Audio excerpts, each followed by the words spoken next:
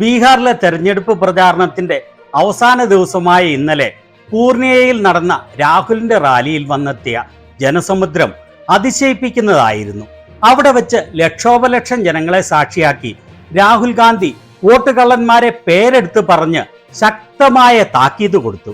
അവിടെ എത്തിയ ജനസാഗരത്തെയും അവിടെ വെച്ച് രാഹുൽ ഗാന്ധി നടത്തിയ പ്രസംഗത്തിലെ പ്രസക്ത ഭാഗങ്ങളും നമുക്ക് വ്യക്തമായി മനസ്സിലാക്കാം. ഇതുവരെ ചാനൽ സബ്സ്ക്രൈബ് ചെയ്യാത്തവർ സബ്സ്ക്രൈബ് ചെയ്യാൻ മറക്കല്ലേ. നമ്മൾ മുൻപ് കണ്ടതാണ് മോദിയുടെയും അമിത്ഷായുടെയും നിതീഷ് കുമാറിന്റെയും ഒക്കെ ബീഹാറിലെ റാലികളിൽ നിരവധി കസേരകൾ കാലിയായി കിടന്നത്. എന്നാൽ അതിന് നേർ വിപരീതമായി രാഹുൽ ഗാന്ധിയുടെ റാലികളിൽ വലിയ ജനസമുദ്രമാണ് ഒഴുകിയെത്തിയത്. തെരഞ്ഞെടുപ്പ് പ്രചാരണത്തിന്റെ അവസാന ദിവസം പൂർണിയയിൽ നടന്ന അദ്ദേഹത്തിന്റെ റാലിയിലേക്ക് എത്തിച്ചേർന്ന ജനക്കൂട്ടത്തിന്റെ ഈ ദൃശ്യങ്ങൾ കണ്ടുകൊള്ളൂ. അങ്ങ് അകലെയായി നമുക്ക് ഈ റാലി നടക്കുന്ന വേദി കാണാം. എന്നാൽ ആ വേദി നിറഞ്ഞു കവിഞ്ഞ് കിലോമീറ്ററോളം ജനസമുദ്രമാണ് അവിടേക്ക് പ്രവേശിക്കാനാവാതെ ഈ പാതയോരം നിറഞ്ഞു കവിഞ്ഞ് നിൽക്കുന്നത്.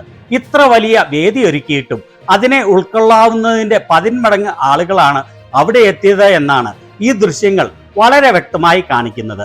ഇവിടെ വെച്ച് രാഹുൽ ഗാന്ധി നടത്തിയ ഈ പ്രസംഗം അദ്ദേഹം ഇതുവരെ നടത്തിയ പ്രസംഗങ്ങളിൽ വെച്ച് ഏറ്റവും അഗ്രസീവ് ആയിരുന്നു, ആവേശത്തോടെയുള്ളതായിരുന്നു.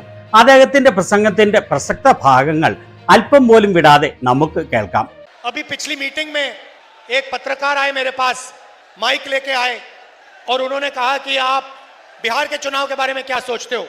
और मैंने उनको जवाब दिया, देखिए आप मुझसे बिहार के बारे में पूछ रहे हो, मगर 2-3 दिन पहले मैंने हरियाणा पर प्रेजेंटेशन किया, जहां मैंने देश को दिखाया कि नरेंद्र मोदी, अमित शाह ने, चीफ इलेक्शन कमिश्नर ने हरियाणा का चुनाव चोरी किया है। उसके बारे में आप क्यों नहीं पूछते मुझसे? बिल्कुल चुप हो गया. കഴിഞ്ഞ മീറ്റിംഗിൽ ഒരു മാധ്യമപ്രവർത്തകൻ എന്റെ അടുത്തെത്തി, മൈക്കുമായി എത്തി. അദ്ദേഹം ചോദിച്ചു, ബീഹാറിലെ തെരഞ്ഞെടുപ്പിനെ കുറിച്ച് താങ്കളുടെ അഭിപ്രായം എന്താണ് എന്ന്. ഞാൻ അദ്ദേഹത്തിന് മറുപടി പറഞ്ഞു, നോക്കൂ, താങ്കൾ എന്നോട് ബീഹാറിനെ കുറിച്ച് ചോദിക്കുന്നു, എന്നാൽ 2-3 ദിവസം മുൻപ് ഞാൻ ഹരിയാനയെ കുറിച്ച് ഒരു പ്രസന്റേഷൻ നടത്തി. അതിൽ ഞാൻ രാജ്യത്തെ കാണിച്ചു തന്നു നരേന്ദ്രമോദിയും അമിത്ഷായും ചീഫ് ഇലക്ഷൻ കമ്മീഷണറും ചേർന്ന് ഹരിയാനയിലെ ഇലക്ഷൻ കവർന്നെടുത്തത്. അതിനെക്കുറിച്ച് നിങ്ങൾ എന്തുകൊണ്ടാണ് എന്നോട് ചോദ്യം ചോദിക്കാത്തത്? അയാളുടെ നാവ് അടങ്ങിപ്പോയി. बीजेपी चुनाव क्यों चोरी करती है? क्योंकि वो आपका धन, आपका भविष्य, आपके स्कूल, आपके कॉलेज, आपके यूनिवर्सिटी, आपका रोजगार सारा छीन कर अदानी जी और अंबानी जी को धन देना चाहता है. BJP എന്തുകൊണ്ടാണ് തെരഞ്ഞെടുപ്പ് മോഷ്ടിക്കുന്നത്?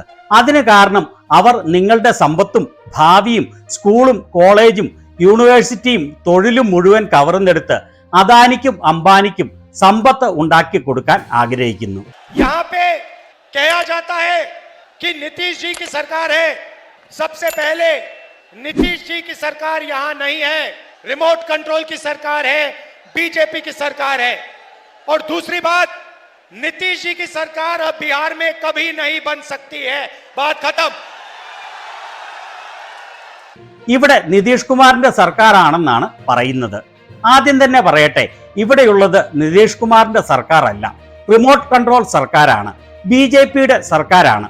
രണ്ടാമത്തെ കാര്യം, ഇനി ഒരിക്കലും നിതീഷിന്റെ സർക്കാർ ബീഹാറിൽ ഉണ്ടാവുകയില്ല. ആ കാര്യം അവസാനിച്ചു. आप में से कितने लोग मजदूरी करना चाहते हैं? हाथ उठाओ, हाथ उठा के दिखाओ कितने लोग मजदूर बनना चाहते हैं. अब दिखाओ रोजगार कितने लोगों को चाहिए. ये देखो, ये देखो, बिहार की जनता ने, देखो बिहार की जनता ने हाथ उठाया, मीडिया का बेंच उठ के गिर गया.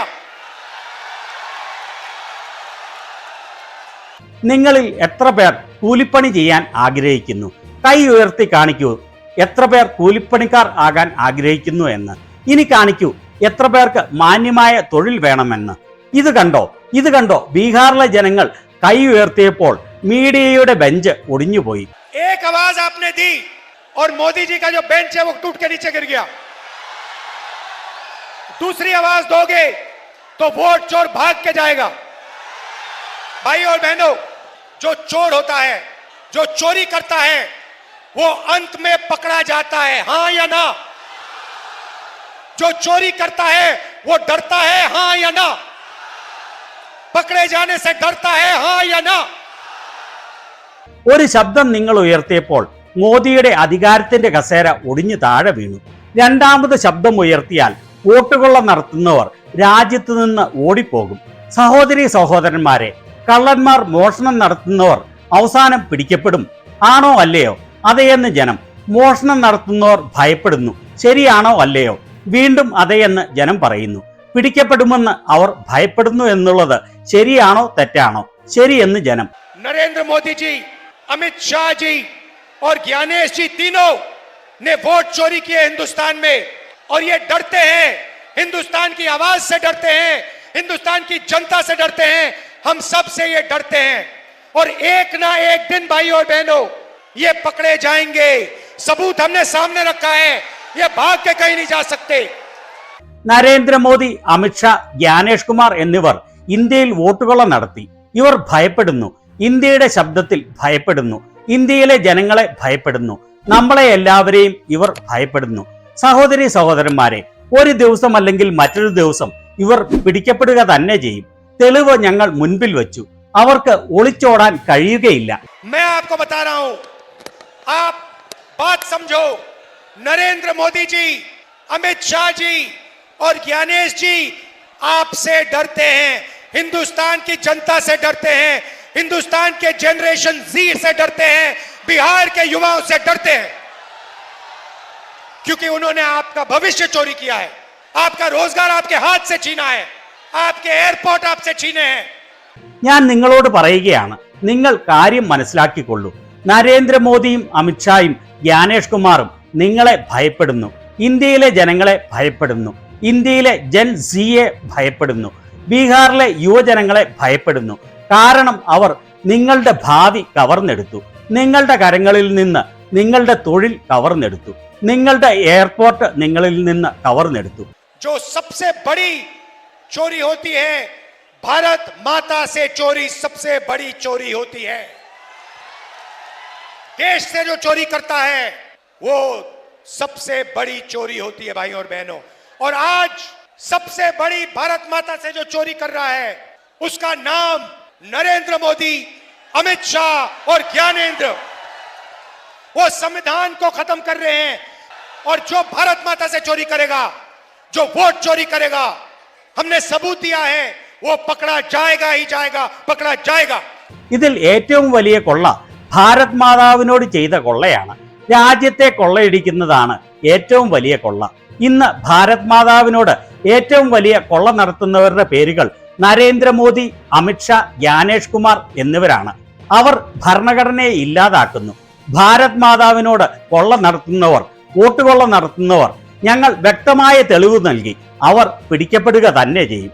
രാഹുൽ ഗാന്ധി ഇന്ന് വരെ നടത്തിയതിൽ ഏറ്റവും ശക്തമായ പ്രസംഗങ്ങളിൽ ഒന്നാണ് ഇത്. ഇവിടെ വെച്ച് അദ്ദേഹം ജനങ്ങളുടെ യഥാർത്ഥ പ്രശ്നങ്ങളെല്ലാം ഉയർത്തുകയും ചെയ്തു. ബീഹാറിനെ ഉന്നത വിദ്യാഭ്യാസത്തിന്റെ കേന്ദ്രം ആക്കുമെന്നും എല്ലാവർക്കും മാന്യമായ തൊഴിൽ ലഭിക്കുന്നതിനു വേണ്ടി വ്യവസായങ്ങൾ സ്ഥാപിക്കുന്നതിനുള്ള നടപടികൾ എടുക്കുമെന്നും അദ്ദേഹം ഇവിടെ വെച്ച് അവർക്ക് ഉറപ്പു നൽകി. നരേന്ദ്രമോദിയെ പോലെ വിഡ്ഢിത്തരങ്ങളും കൊള്ളവാക്കുകളും മതവിദ്വേഷങ്ങളുമല്ല, മറിച്ച് ജനങ്ങളുടെ പ്രശ്നത്തിൽ അവർക്ക് എന്ത് പരിഹാരം നൽകും, അവരുടെ പ്രശ്നങ്ങൾ എങ്ങനെ പരിഹരിക്കുമെന്ന് അവരോട് വ്യക്തമാക്കി കൊടുത്ത രാഹുൽ ഗാന്ധിയുടെ ബീഹാറിലെ ഈ അവസാനത്തെ തെരഞ്ഞെടുപ്പ് പ്രസംഗത്തെക്കുറിച്ച് നിങ്ങളുടെ അഭിപ്രായം എന്താണ്?